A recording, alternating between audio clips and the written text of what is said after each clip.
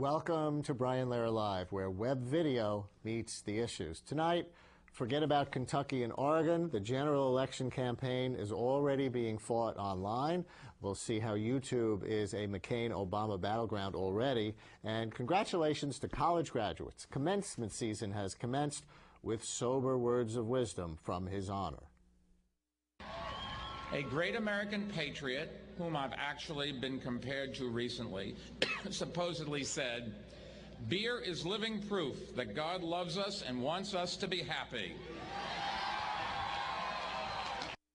We'll view more of that commencement address, plus others, to see what advice is in fashion this spring. But first, here are this week's online video picks. Number one, last Thursday was National Bike to Work Day. Did you know that? Here's how some of it looked from the handlebars of New York. Good rainy morning.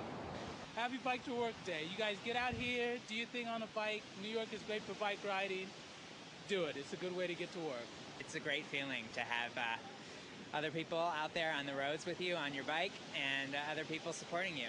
I am riding to work today because I live in Red Hook, Brooklyn, and that's the only way to get to work. We're here on National Bike to Work Day. We're on the Brooklyn Bridge, and we're giving breakfast to bikers and pedestrians that are crossing over. National Bike to Work Day is here to promote cycling and encourage people to commute by bike. And in a city like New York City, it's completely possible to do this. I've been excited about Bike to Work Day for a while, and I've been telling all my friends. I'm going into Manhattan to a business meeting downtown, and this was the best way to get there, by bicycle. No traffic, it's fantastic, it's beautiful, and it's good exercise. I ride every morning over the Brooklyn Bridge. My office is right by City Hall. It's the best commute. And just looking out over the East River at the boats all moving around in the harbor is so amazing, and you don't see that from underground. So you gotta ride your bike. Even in the rain. Video pick number two. Feeling bad about something you failed at? Cheer up. This short video from the interactive news site Big Small Village says failure ain't all it's cracked down to be. Dismissed from drama school with a note that read, "Wasting her time. She's too shy to put her best foot forward." Turned down by the Decca recording company, who said, "We don't like their sound and guitar music is on the way out." A failed soldier, farmer, and real estate agent. At 38 years old, he went to work for his father as a handyman.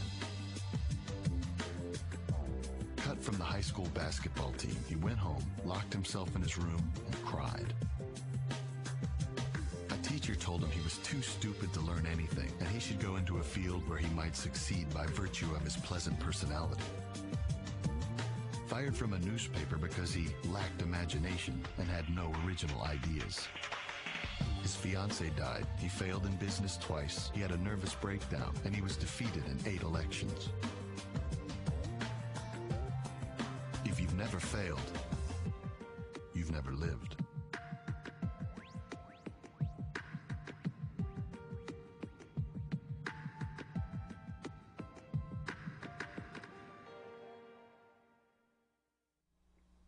So lots of great achievers started out as failures. And some people you may not associate with success are achieving a lot. Our video pick number 3 this week comes, believe it or not, from the Queen of Jordan, Queen Reina Al Abdullah, in this YouTube exclusive.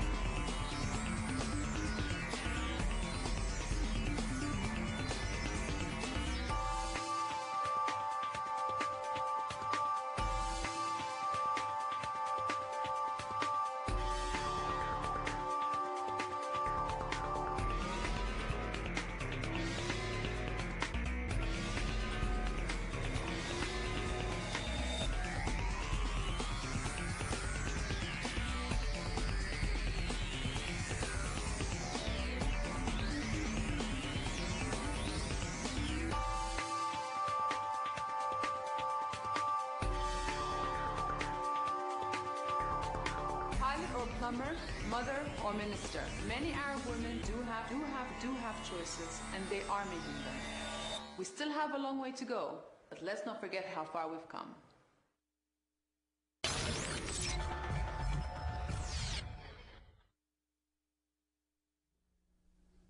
So Arab women are not all hiding behind their veils or being held back by their governments, and not all Jews are rich. Video pic number 4 from the New York Times website breaks that stereotype. This is the masbia soup kitchen. Masbia is the interpretation of the word masbia is to satiate. Now, and we try to do that every day, 5 days a week. People come in here. This is the sign-in sheet. There's every day a chicken, a starch, a vegetable, and the soup here. And we try to give to approximately every day we end up by 150, 160 people. There are men, women, and children, people of all colors, all ages. There was this rabbi from Keresztér, it's a small town in Hungary, who was very famous with his own works of feeding the hungry. Now, today is the day of the year that his Memorial Day, so we go all out, so to speak. We do rib steak, which is probably considered the most expensive food, and we add some side dishes, some gefilte fish. I'm gonna eat it. If not, I'll give it to you. It's well done, so it's edible for all. When I'm in Brooklyn, this is where I would come in to have a meal and eat something. I had a steak and vegetables and kugel, potato kugel. That soup kitchen feeding needy Hasidim in Borough Park, Brooklyn. So we've broken some stereotypes of Arabs and Jews, and we close this week's video picks with one from the archives that you might say is about Jews and Christians. Set the Wayback Machine for 40 years ago, the late 1960s, when Woody Allen hosted a TV special and interviewed Billy Graham.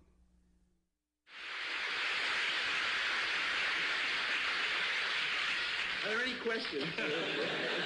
Mr. Graham, I read that you don't believe in premarital sex relations.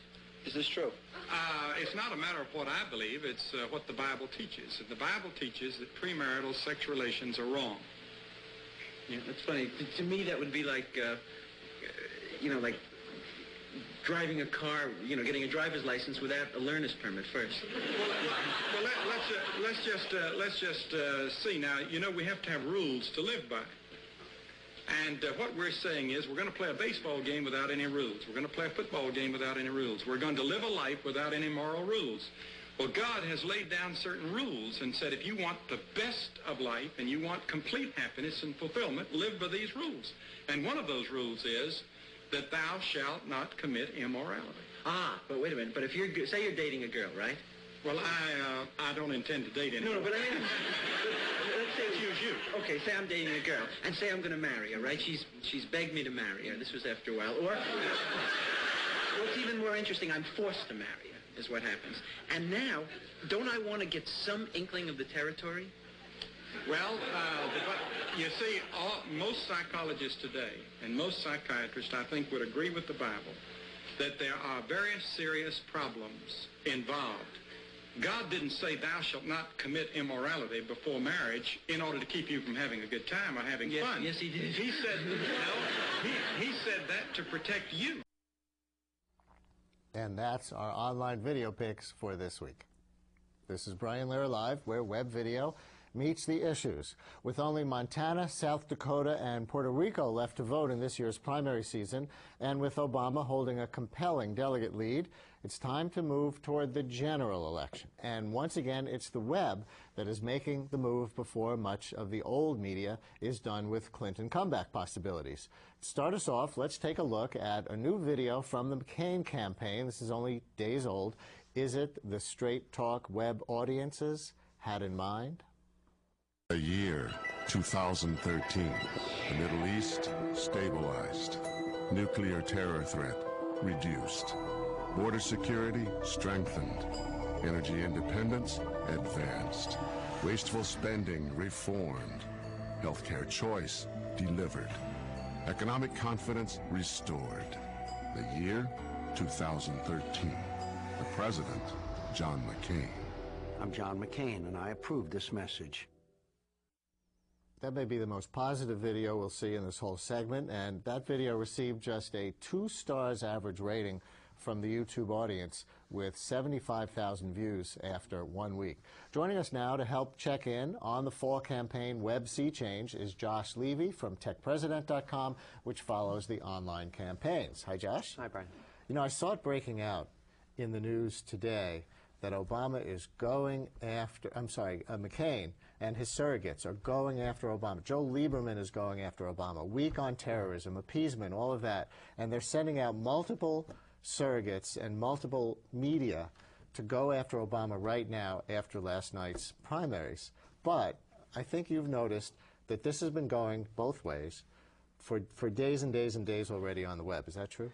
It has. I mean, the videos that have been on behalf of McCain on the web have been a lot like the one that we just watched. They've been basically TV ads that have been, transposed onto the web.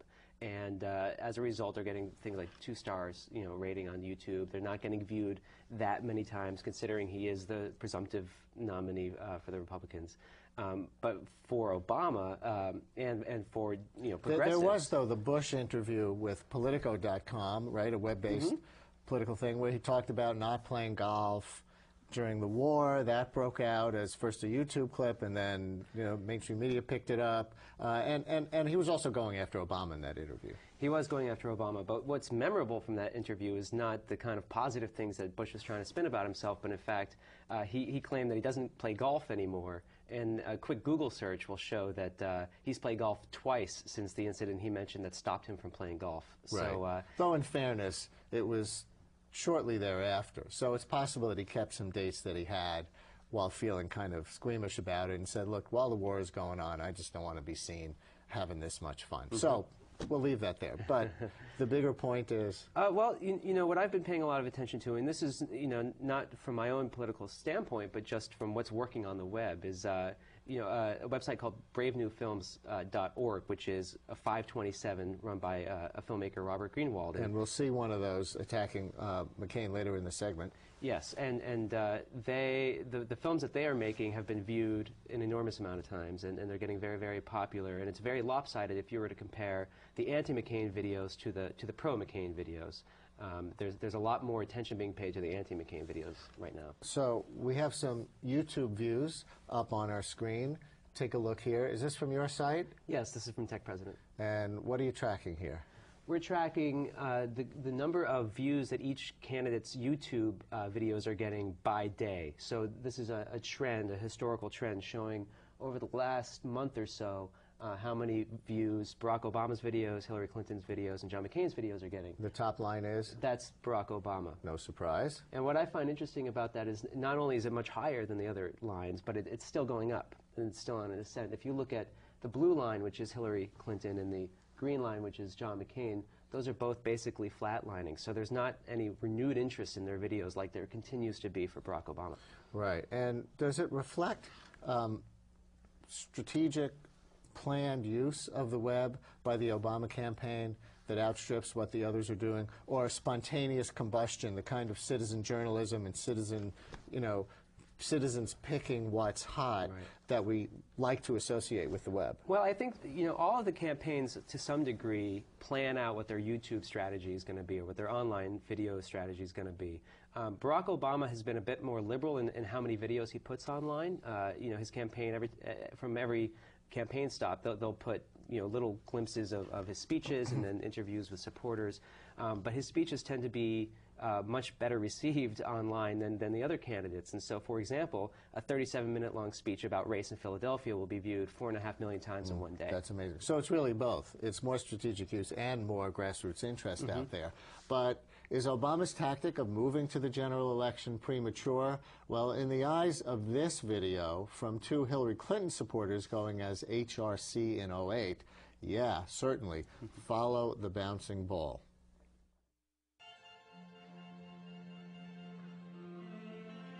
This is truly a celebration of the contributions women make in every aspect of life, in the home, on the job, in the community, as mothers, wives, sisters, daughters, learners, workers, citizens, and leaders. However different we may appear, there is far more that unites us than divides us. We share a common future, and we are here to find common ground so that we may help bring new dignity and respect to women and girls all over the world, and in so doing, bring new strength and stability to families as well. What we are learning around the world is that if women are healthy and educated, their families will flourish. If women are free from violence, their families will flourish. If women have a chance to work and earn as full and equal partners in society, their families will flourish. And when families flourish, communities and nations do as well. That is why every woman, every man, every child, every family, and every nation on this planet does have a stake in the discussion that takes place here. The great challenge of this conference is to give voice to women everywhere whose experiences go unnoticed, whose words go unheard. Women comprise more than half the world's population, 70% of the world's poor, and 2/3 of those who are not taught to read and write. So that's a very telling example of the anger that's out there among some women, including obviously the two who posted that video and produced it at this point in the campaign, because that video is only 10 days old. And if you were able to see the words on the screen juxtaposed with Senator Clinton's words from 1995, I guess that was at the conference on the rights of women in China, I think it was, in Beijing in 1995. Of course, the words up there were all citing things that purportedly relate to the Obama campaign, in which he either committed sexist acts or let sexist acts stand unchallenged. So that's also of this moment in the campaign. Absolutely. You know, what I think is interesting, and I wrote a little bit about this today, is that now that we're getting really down to the wire, you know, there's only a couple weeks left no matter what happens, really. Hillary Clinton is really, both her campaign and her supporters are really finding their online voice, probably because they're really feeling this acute need to use the web in a way that they never have. And you're seeing this kind of what we call voter-generated content show up a lot more on her behalf. And there are really good points being made in this video. And you know, they're kind of echoing some things that she's been saying on the campaign trail. It's unfortunate, I think, for her, it's a little too late to start in with this. It's not going to affect the campaign enough for her. Now, one of the results sure to come from the change to the general election politics is attacks on John McCain's ties with lobbyists, as in this video from the Liberal Talking Points memo.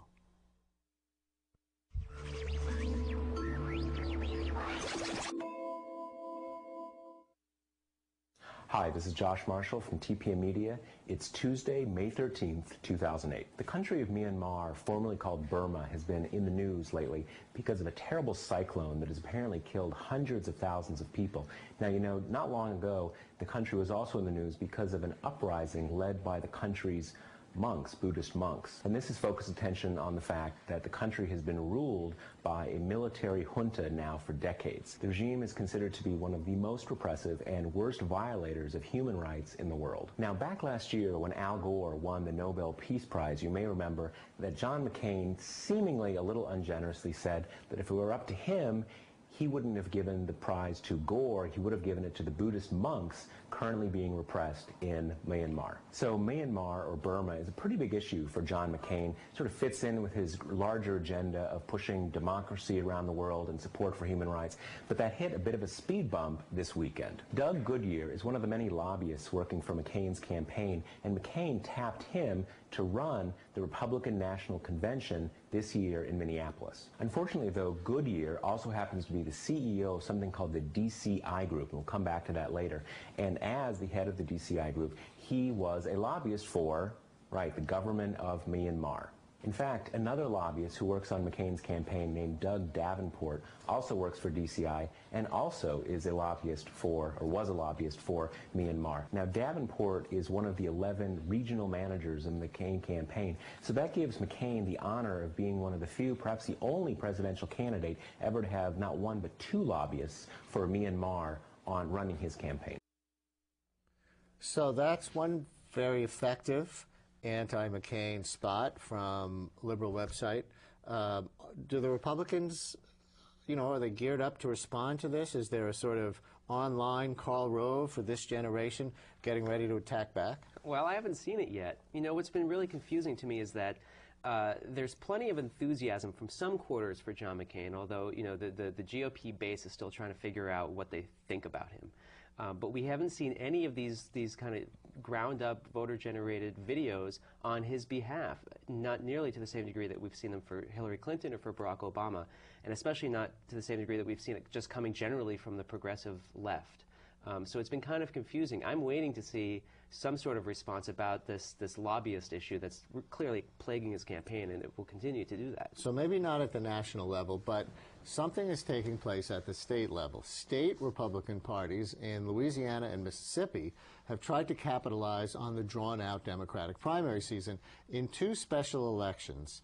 Ads like this, and these were for congressional elections, ads like this have been used to try and exploit Obama's negatives and test out a message for the upcoming national election. I'm Greg Davis, and I approve this message. Travis Childers, endorsed by liberal Barack Obama. Obama says Childers will put progress before politics. But when Obama's pastor cursed America, blaming us for 9/11, Childers said nothing. When Obama ridiculed rural folks for clinging to guns and religion, Childers said nothing. Travis Childers, he took Obama's endorsement over our conservative values. Conservatives just can't trust Travis Childers. Now, we should point out that Travis Childers won that election and the Republican lost. That's right. I mean, that says enough for me. This didn't work, and similar ads haven't worked. The campaigns in these states to tie congressional candidates to Barack Obama didn't work in three separate instances, and a lot of people are predicting that this means a huge defeat in November for the Republicans across the country. Across the country in congressional elections, because they can't claim every Democrat is Barack Obama. I suspect that they're doing market research right now to figure out if that ad changed people's perceptions of Barack Obama for the negative, even if the congressional candidate for the Republicans lost, because there is that other kind of undercurrent to that ad, which is testing out attacks against Obama. That's right, and it reflects also the ad that was showed up in the North Carolina market, which called Barack Obama too radical for America, and tied him to the congressional candidate there. So there's definitely this Is that the one that McCain denounced? McCain said, yeah, he officially separated himself from that, although some people argued that he was able to have it two ways, by separating himself but allowing it to happen. McCain set up an interesting line for himself to walk in this whole regard. We'll see how that plays out over the campaign season. But McCain is on the attack against Obama with a claim that he is weak on national security. Yet pro-Obama websites are already attacking back on that. This video from Brave New Films, which we referred to before, went up just on Sunday, and it's already received nearly 1 million views. The neighborhoods are safe. We walk down the streets with no body armor on. McCain's delegation was guarded by more than 100 American soldiers with 3 Black Hawk helicopters and 2 Apache gunships overhead. General Petraeus goes out there almost every day in an unarmed Humvee. Because I checked with General Petraeus' people overnight, and they said that he never goes out in anything less than an up-armored Humvee. Well, I'm not saying that they could go without protection. I've been involved in every national security issue for the last 20 years. I am prepared. I am prepared, need no on-the-job training. Al-Qaeda is going back into Iran and receiving training. You said that the Iranians were training Al-Qaeda. I'm sorry. Extremists. I'm sorry. The Iranians are training extremists, not Al-Qaeda. I've come here and told these people, never again will a disaster, either natural or man-made, be mishandled in this fashion. McCain said if he were in charge during Katrina, he would have been on the ground helping. The morning that Katrina made land, mere hours after it hit, where was Senator McCain? Celebrating his own birthday with President Bush right next to Air Force One on the ground in Arizona. Senator McCain, you have said repeatedly, quote, I know a lot less about economics than I do about military and foreign policy issues. I still need to be educated. Actually, I don't know where you got that quote from. I got it from John McCain, and here it is. Quote, I'm going to be honest. I know a lot less about economics than I do about military and foreign policy issues. I still need to be educated. So I guess what I take away from all this, because we look to find the equivalent anti-Obama attack ads, is that the gap between how geared up the Obama people are with this grassroots network that they already have all over the web and the monetary advantage that they have over McCain, the gap is even much bigger than the advantage that he had over his two main Democratic rivals, Hillary Clinton and John Edwards. Absolutely. I mean, you can look at the fundraising numbers that were just released yesterday. In April, John McCain raised $18 million and Barack Obama raised $31 million. And Hillary Clinton raised less than Obama, but more than McCain. That's right. Even at a point where most people assumed that it was, you know, an inevitably doomed campaign. And I think that describes the kind of the level of grassroots support for each candidate. You know, you have less for McCain, a little bit more for Hillary Clinton, and a lot more for Barack Obama. You at the website techpresident.com are using Twitter now, among other tools, to follow all of this. To the uninitiated, what is Twitter? You know, I find myself having to do this all the time, and this is my elevator pitch. You have 140 characters in which to write what you are doing, and people will follow those updates about what you are doing and post their own updates, and you follow them, and becomes a little circle, a little network. When I first saw the emergence of Twitter, I assumed that this was something, because 140 characters, I mean, that's just a sentence, really. I assumed that this would be used primarily by high school and college students to make little jokes and update their friends on their status. Instead, or in addition, it's become widely used on the campaign trail by journalists and politicos. That's right, and I would actually say that the high school students and college students don't even know what it is. It's really being used by older geeks and political operatives. Journalists like John Dickerson, who writes for Slate.com, and Anna Marie Cox, who writes for Time, and she's formerly Wonkette.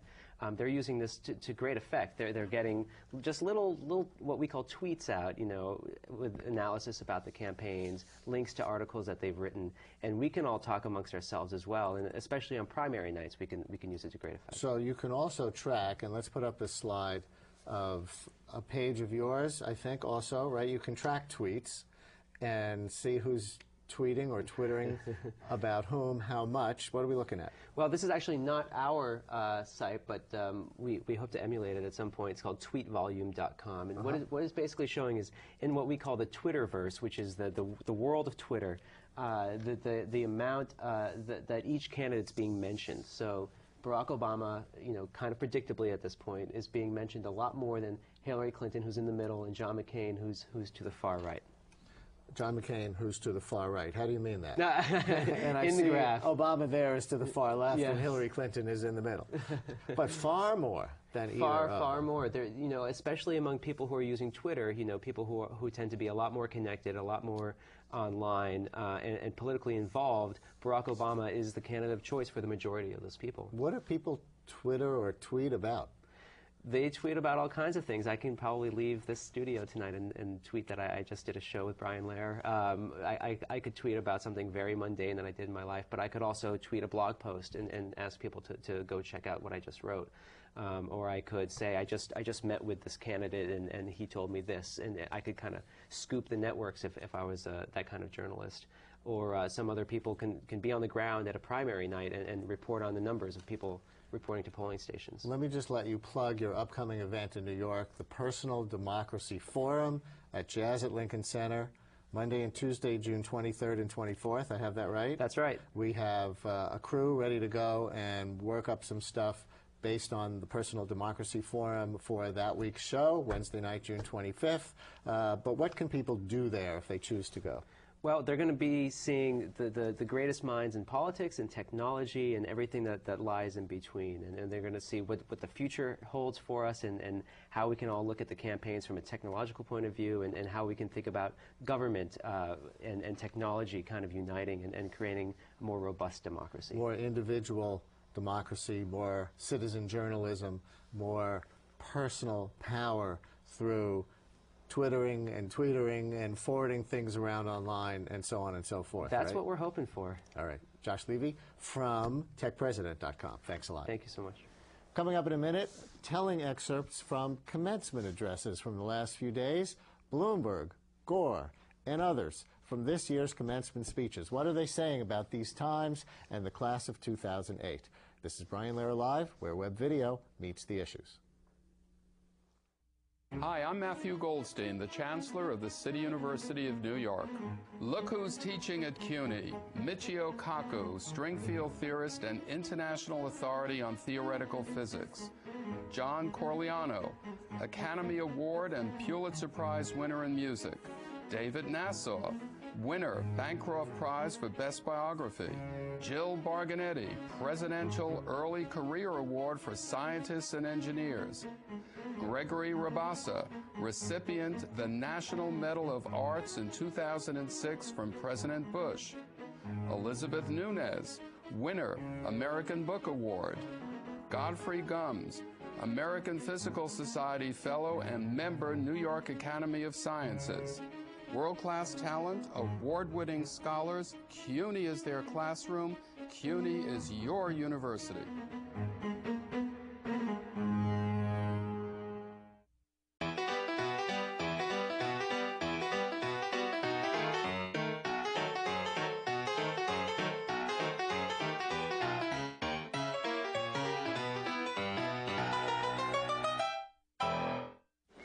Guys, you had to know this was coming. Actually, we feel blindsided. We just weren't expecting you to block us. Well, after last week's episode, what am I going to do? There are children in this house, Marcelo. You're telling me you're all going to go straight and start acting like kittens? Stop shivving each other in the prison yard? Shanking. What? It's a verb. To shank. Look, I'm not asking you to change your ways. I'm just blocking you so the kids can't see. Now, who wants lemonade?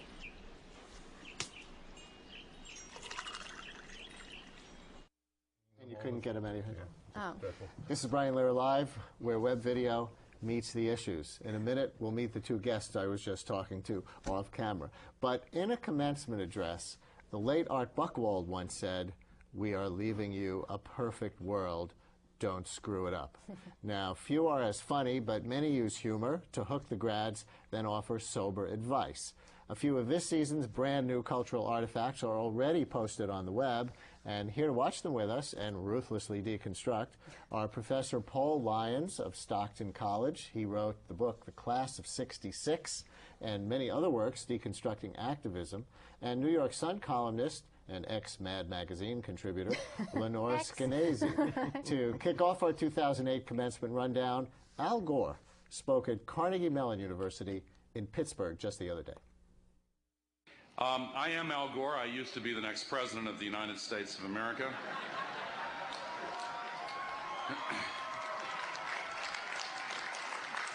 I don't think that's particularly funny. You know, put yourselves in my position for a moment. I flew on Air Force Two for 8 years, and now I have to take off my shoes to get on an airplane. Just one quick story to illustrate the emotional whiplash of that experience. Not long after I left my job in the White House, my wife, Tipper, and I were driving from our home in Nashville, Tennessee to a small farm we have 50 miles away, and we were driving ourselves. And I know that sounds like a little thing to most of you, but I looked in the rearview mirror, and all of a sudden it just hit me. There was no motorcade back there. You've heard of phantom limb pain. This was a rented Ford Taurus, and it was close to dinner time, and so we looked for a place to eat and got off the interstate highway and found a Shoney's restaurant, a low-cost family restaurant chain, and we walked in, sat down at the booth, and the waitress came over and made a big commotion over Tipper, and then took our order and went to the couple in the booth sitting next to us, and she lowered her voice so much I had to really strain to hear what she was saying. She said, "Yes, that's former Vice President Al Gore and his wife Tipper." And the man said, "He's come down a long way, hasn't he?" All right, we'll see more Al Gore and other commencement speakers from the last few days as we go along. Lenora, you're a humorist. Oh, God. How did he do there? That was so funny that I wished I had watched the entire clip you sent me earlier, because I watched like 10 minutes of it, like taking chunk after chunk after chunk, and I was like, oh my God, this was the only time in 8 years that I was actually not so upset that Bush was our president. It was painful. So much of the rest of the speech was so much the worst of Al Gore. He was talking about the ICCP and the LEED decision that had led to the FPCA report, and it was like... That's global warming related bureaucracy. I'm assuming it was. I really don't know those initials. And this is, you know, he would have been president today. He would have been president for 8 years if we had seen this Al Gore ever. But we didn't. Interesting. Paul, is it kind of a bait and switch in a way? After 4 years of, you know, sitting alone in the library, crunching your homework, and you know, and carousing on the weekends, then you go to your graduation, and somebody gets up there and tells you to lead a life of great community-connected meaning. Well, there's a piece of it that makes some sense, because, I mean, there's a lot of service learning. Whether it's faddish or real is still somewhat of a question in my mind. What do you mean? What's faddish or real? Service learning kinds of programs where What's that? students Oh, like are encouraged or required to work in the community for little snippets of time. There certainly is encouraging activism on my campus around Darfur. A lot of stuff around environmental kinds of issues. One of the local high schools, one of my students went off to become a history teacher and organizes every year this extraordinary event in terms of starvation and hunger in parts of the third world. He could use a little of that starvation. Yeah, you know, at this point. Well, he didn't say. He said Shoney's was low cost. First of all, that indicates where he's coming from, which I would probably call it middle cost or something like that. But he also didn't say that they pile the plates up there. I mean, it's kind of a southern-based thing, and they pack in the starch in a certain kind of way. But what you don't hear in those moments is there's a certain contradiction, if not hypocrisy, because at those private institutions, but after all, he's talking at Penn, the presidents of the college, what are they doing most of the time? They're doing what our candidates are doing. They're spending almost all their time raising funds. So it's at the same time, go forth and live a life of great community service-oriented meaning, and go out and succeed and become rich and be all that you could be. Right? And even worse at places like my school. Oh, and that was Carnegie Mellon, by the way, not Penn. We'll see Bloomberg at Penn. That's correct. In fact, let's see it now. Al Gore wasn't the only one to crack a few jokes at his own expense. New York Mayor Michael Bloomberg at the University of Pennsylvania on Monday. Now, for many of you, this November will be your first time voting in a presidential election, as Amy mentioned. You've come an age when no one can say, my vote doesn't matter, because the election of 2000 proved that every vote counts, or at least every vote that didn't have a hanging chad, but that's another story. You're lucky you're getting to participate in what may go down as one of the most important elections in American history. So important that there was a period where some people were encouraging me to get into the race. I have to admit, all the buzz was very exciting and flattering. If you ever get the chance, do it. The covers of Time and Newsweek, people from Al Gore to Bono visiting City Hall. Here's the most impressive part. I even got a small cameo role in the upcoming Sex and the City film. Unfortunately, turns out my scene ended up on the cutting room floor. Turns out they wanted more sex and less city. So, you know, these two clips have something in common, which is that, you know, these big kahunas in the political world want people to think they're so ordinary and even debased in their day-to-day lives. They're so debased that they get to have Al Gore visiting and that they get to be in movies and that they had a motorcade until the very moment that the story begins. There's always something weird about self-deprecation. It's like, oh, I'm not that famous. Let me tell you about the time I had dinner with Bono, you know, so who knows? So down at Duke University, novelist Barbara Kingsolver had a different take on commencement. What can she hope to contribute? Wisdom is like frequent flyer miles and scar tissue. If it does accumulate, that's going to happen by accident while you're trying to get something else done. And wisdom is what people are going to start wanting from you after you've taken your last exam. I know that's true for writers. When people love a book, whatever they say about it, what they really mean is it was wise. It helped them understand their pickle. My favorites are the canny old codgers, Garcia Marquez, Neruda, Doris Lessing.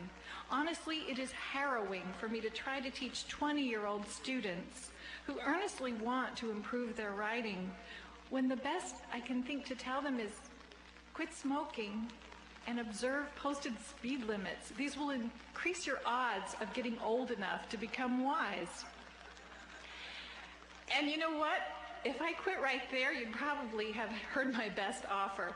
And I'm going to tell you, if you want to leave now, I'm with you on that.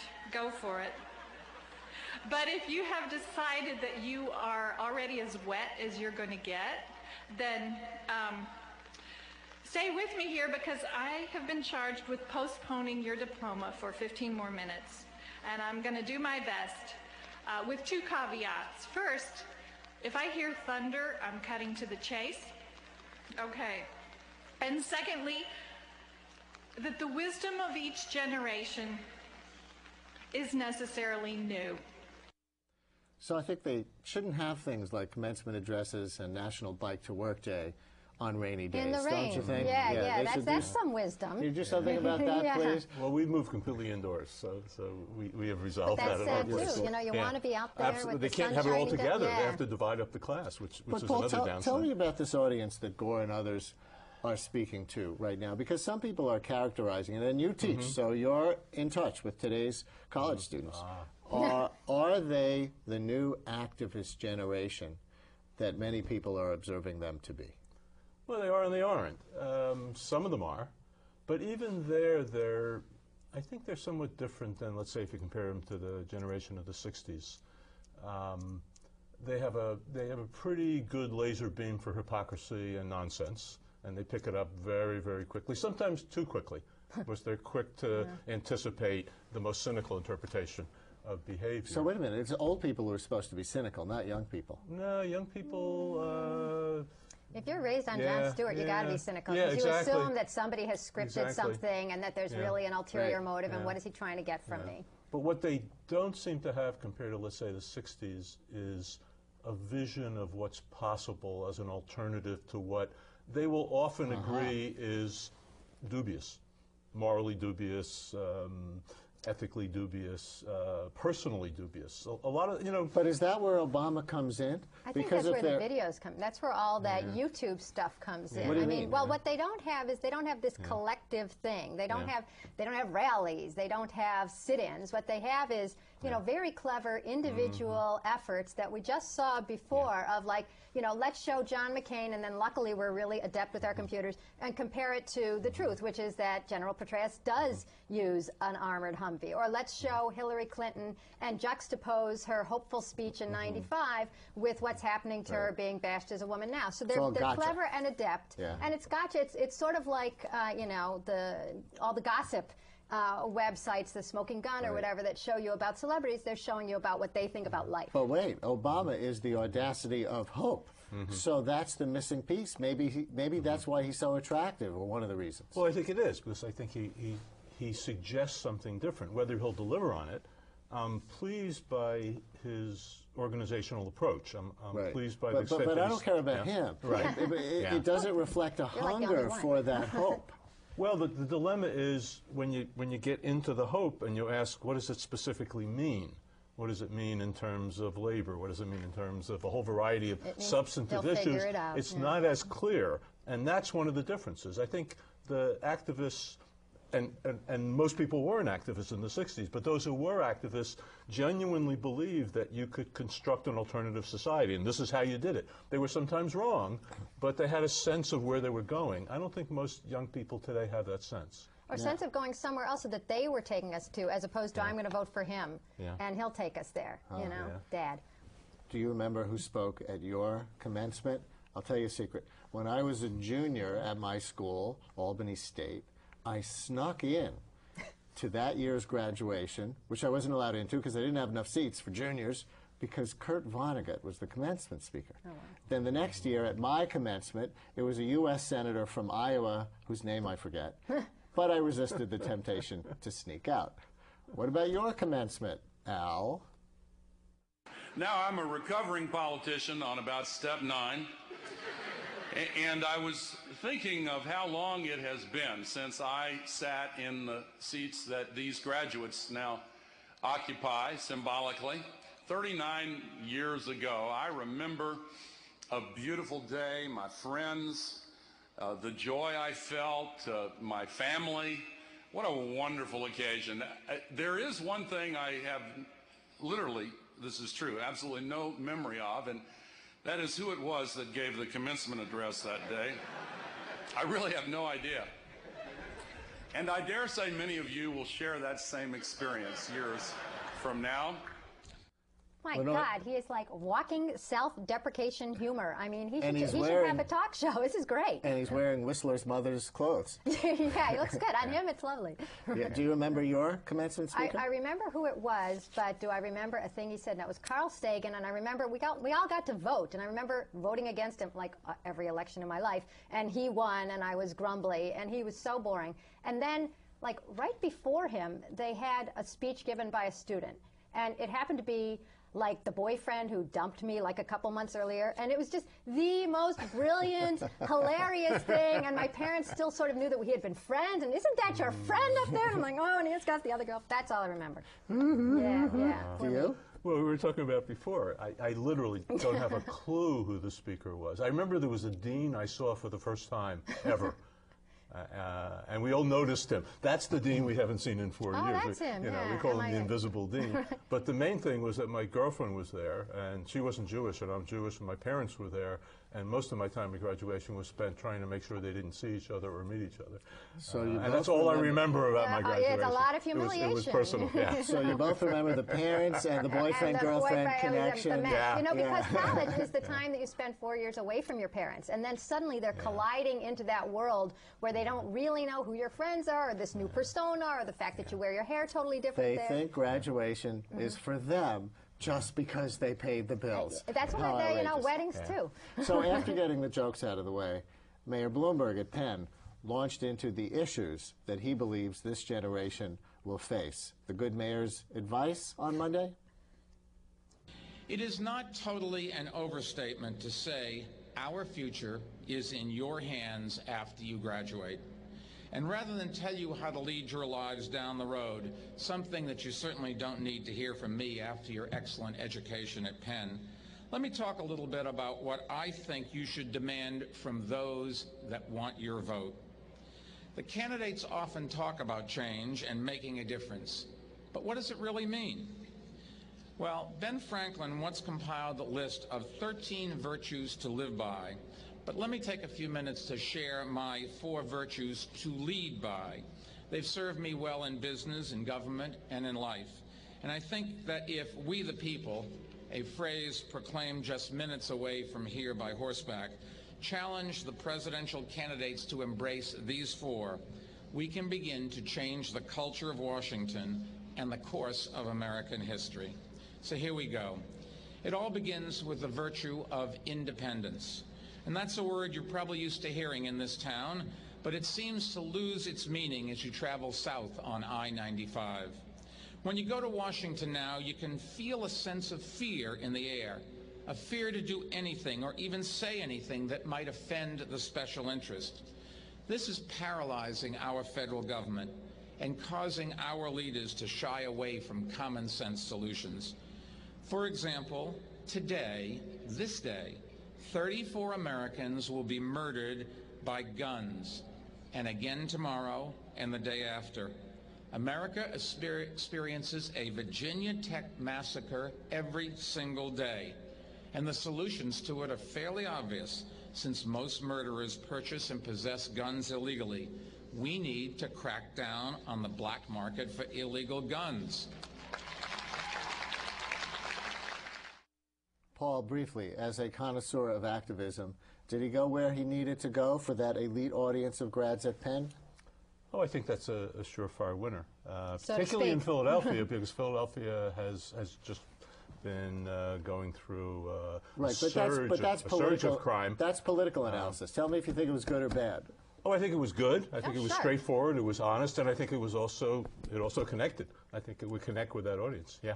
Also, it's sort of his signature issue, and so why would you not mention it? It's like Al Gore not mentioning global warming. The two things, independence and guns. Now, it wasn't until late in his speech that Al Gore started addressing his hopes for the class of '08. I think Lenore just anticipated this. Oh, no. And once he did, he set the bar high. Just as at the beginning of the Industrial Revolution, when your counterparts helped to create a new era, we now find that solar energy, particularly in the form of concentrating solar thermal power and wind energy and distributed power generation and geothermal energy and a series of other new innovations have now reached the stage where we can replace every electron and every BTU from the fossil fuel sources without missing a beat. But we need one ingredient that you represent. We need political will, we need your dedication, we need your hearts. There is an African proverb that says, if you want to go quickly, go alone. If you want to go far, go together. We have to go far, quickly. And we need your help to do it. We have everything we need to get started, with the sole exception of political will. But as you know, here in Pittsburgh and especially at Carnegie Mellon University, political will is a renewable resource. Good luck, Godspeed, congratulations to all of you.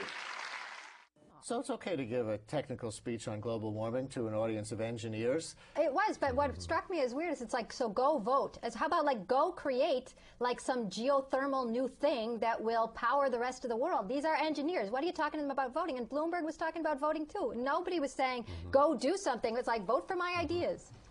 Yeah, I would say that one of the things I get wary on that is this anti-Washington kind of mantra. Including with Obama, this notion that we're outside of Washington, this notion that politicians are by definition kind of the equivalent of crooks. Which plays right into the Republican message, which an Obama wouldn't want to do, that government is bad. That's exactly right. That's exactly right. And I'm nervous about that. It seems to me that what liberals haven't done, like Gore, for a long time is understand that you have to bring together these conscience issues with what I would just call loyalty. And that's why Bobby Kennedy was the last Democrat who was able to bring some of those groups together, because he was an Irish Pole. You know, he hit you if you hurt his brother. He'd get you. But at the same time, there was passion. And too many of the liberal voices that students hear pitch to, you know, the will and energy and idealistic stuff, but they don't hit that solar plexus issue of, you know, of affection and connection and what people really trust. Are you loyal? Are you going to be faithful? And some anger. Yeah, right. Yeah, so I think we've seen and doing something. Hillary Clinton now comes out as the fighter, and one of the lingering questions for Obama in this campaign is he too soft? Oh, right. That wasn't my lingering question. He's the man, but some people are asking, is he too soft? Yeah, yeah. Well, the argument is, you know, is he cool John Kennedy, or is he egghead Adlai Stevenson? That's kind of one of the debates that goes on. And it's not clear. It's not clear at this point. We will leave that question hanging. Like Paul, a chair. thank you. Lenore, thank you. Thanks. And we thought we would leave you with a commencement speech clip that many call the best ever. This is an excerpt from Jon Stewart addressing the highs and lows of graduating from William and Mary College in 2004. Let's talk about the real world for a moment. We had been discussing it earlier, and I wanted to bring this up to you earlier about the real world, and this is, I guess, as good a time as any. I don't really know how to put this, so I'll be blunt. We broke it. Please don't be mad. I know we were supposed to bequeath to the next generation a world better than the one we were handed. So sorry. But here's the good news. You fix this thing, you're the next greatest generation, people. You do this.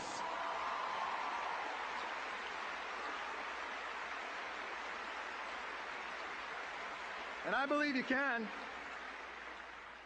You win this war on terror, and Tom Brokaw's kissing your ass from here to Tikrit. Let me tell you. I was in New York on 9/11 when the towers came down. I lived 14 blocks from the Twin Towers. And when they came down, I thought that the world had ended. And I remember walking around in a daze for weeks. And Mayor Giuliani had said to the city, "You've got to get back to normal. We've got to show that things can change and get back to what they were." And one day I was coming out of my building, and on my stoop was a man who was crouched over, and he appeared to be in deep thought. And as I got closer to him, I realized he was playing with himself. And that's when I thought, you know what? We're gonna be okay. And that's it for tonight's show. We're here live Wednesday nights at 7:30. You can sign up for our free podcast at CUNY.TV. And please tune into my daily radio show, The Brian Lehrer Show, weekday mornings at 10 on WNYC Radio. Tomorrow morning, a call-in on whether New Yorkers are really rude. That's at 10 o'clock tomorrow morning on 93.9 FM and AM 820 WNYC. Have a great night.